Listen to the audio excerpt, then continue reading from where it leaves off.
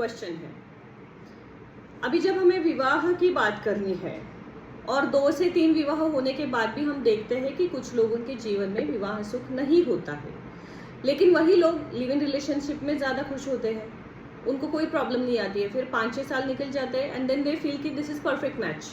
फिर वो शादी करते हैं क्योंकि सब ठीक है एंड इमीडिएटली शादी के बाद प्रॉब्लम आती है। ऐसा क्यों होता है? क्योंकि उनका सप्तम स्थान जो है 7th हाउस वो एक्टिवेट हो जाता है।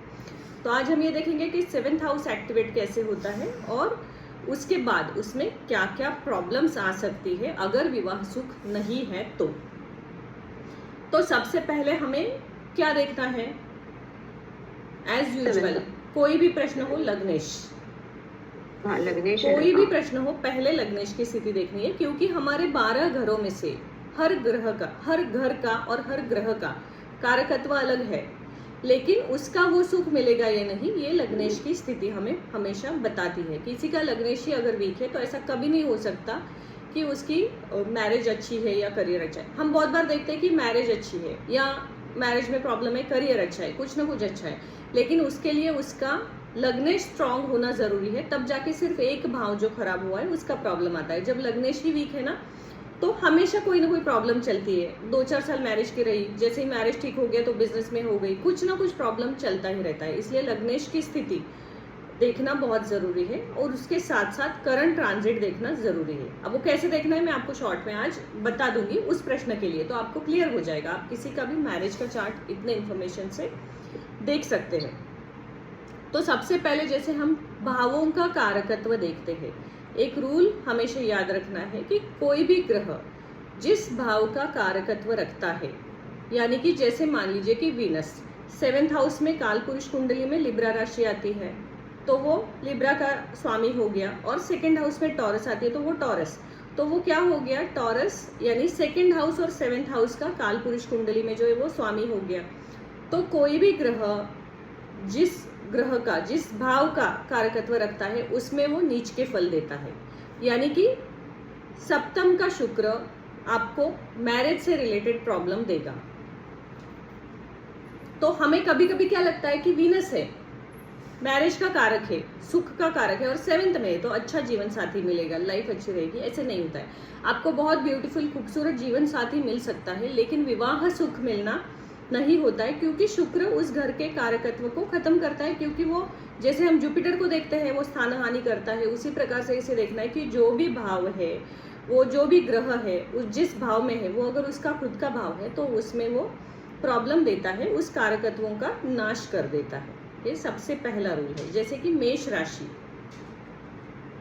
ऐसे हम देखेंगे। तो अभी हम जब राशियों से देखते हैं तो मेष राशि जो है वो 1st हाउस में आती है काल पुरुष चार्ट में।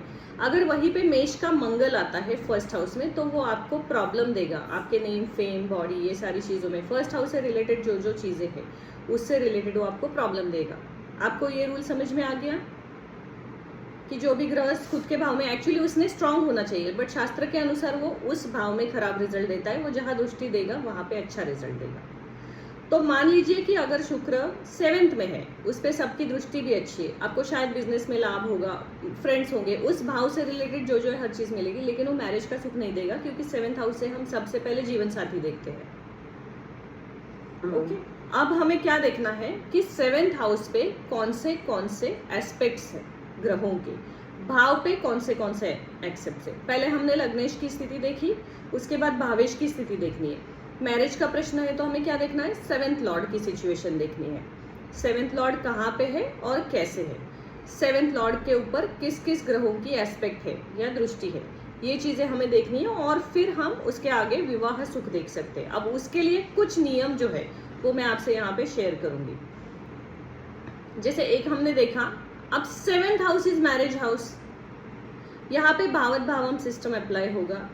मून यानी चंद्रमा मन का कारक है, तो विवाह जो है वो सुख से या मन के सुख से ज्यादा कनेक्ट होता है। शरीर सुख भी आता है वो मन के सुख से आता है। We can not just go for like animal sex, we can put emotions and then do it. तो इमोशंस के लिए हमें हमेशा क्या देखना है? चंद्र। 7th हाउस मैरिज हाउस है, तो आपकी कुंडली में जहां पे भी आपका चंद्र बैठा है वहां से 7th हाउस की पोजीशन कैसी है, ये आपको एक बार देखना है। वहां से 7th हाउस का पोजीशन जैसा है या वहां पे 7th हाउस में जो ग्रह है वो आपके विवाह सुख से कनेक्टेड रहेगा। ये हम अभी चार्ट लगाएंगे, उस पर प्रैक्टिकली देखेंगे कि ये इम्प्लीमेंट कैसे होता है। उसके बाद हमें क्या देखना है कि लग्नेश और मून, चंद्रमा, तो एसेंडेंट और मून का कुछ कनेक्शन, एक दृष्टि की दृष्टि या फिर राशि परिवर्तन कुछ है क्या, वो भी आपके विवाह पे निर्भर करेगा। क्योंकि लग्नेश आपके पूरे 12 भावों का सुख ये करता है और चंद्रमा उसका मेंटल हेल्थ या स्थिति, मन का कारक, तो वो स्थिति वो करता है। तो इसलिए लग्नेश और चंद्रमा दोनों का कनेक्शन भी हमें देखना है। एक और चीज है शनि। शनि को वैराग्य का स्वामी माना जाता है और चंद्र को मन का कारक माना जाता है। तो शनि का जो रूल है, शनि के आगे या पीछे अगर कोई भी ग्रह आता है तो वो ग्रह अपने पूरे फल नहीं दे पाता है। तो इसी प्रकार से अगर चंद्रमा जो है वो शनि के आगे या पीछे कुंडली में है तो फिर वो उस भाव से रिलेटेड प्रॉब्लम देगा। तो मान लीजिए विवाह के लिए हम पंचम स्थान भी देखते हैं, 7th हाउस भी देखते हैं, 12th भी। तो 5, 7, 12 में अगर शनि है और उसके आगे या पीछे मून है, चंद्र है, तो वो भी विवाह सुख में बाधा देगा। तो आपको सिर्फ 7th हाउस कितना स्ट्रांग है ये देख के प्रेडिक्शन नहीं करने हैं, ये बाकी के रूल भी अप्लाई करने हैं। क्योंकि हम सिर्फ भाव नहीं, ग्रहों को भी और उनके एस्पेक्ट को भी यहाँ पे देखेंगे। तो जो शनि के आगे या पीछे अगर चंद्रमा है तो मैरिज की ड्यूरेबिलिटी या लॉन्गेविटी जो है उसको वो खत्म करता है। शनि को हमने देखा है कि लॉन्ग टर्म रिजल्ट देता है, लेकिन उसके आगे पीछे चंद्र आए तो चंद्र उस योग को खंडित कर देता है और वो जो चीज़ है वो खंडित हो जाती है। तो विवाह खंडित होने के चांसेस, सेपरेशन या किसी कारणवश सेपरेशन, अलग अलग कंट्रीज में जॉब के लिए रहना, कोई ना कोई सेपरेशन आता है, वेदव्य योग आता है, लेकिन उसके और थोड़े अलग रूल है। यहाँ हम सिर्फ सेपरेशन देखेंगे, चाहे उसका कारण कोई भी हो, या तो पार्टनर चले जाना, ये सारी चीज़ें जो है वो शनि और चंद्रमा का डायरेक्ट कनेक्शन एक दूसरे के आगे पीछे होने के कारण होता है।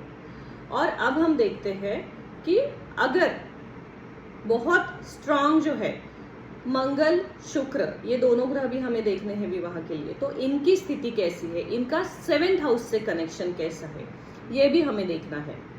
तो विवाह होगा या नहीं सिर्फ इतना ही जब देखना है ना, तो 7th लॉर्ड एसेंडेंट और 7th लॉर्ड और 7th लॉर्ड की स्थिति और कौन सा ग्रह 7th में, इतना देखना है। और ये बाकी चीजें जो हम देख रहे हैं उससे विवाह का सुख कौन सा है वो हम देखेंगे। तो अभी हम कुंडली लगाते हैं और उसके बाद इसके ऊपर डिस्कशन करते हैं। तो आप कोई भी कुंडली शेयर कर दीजिए जिसमें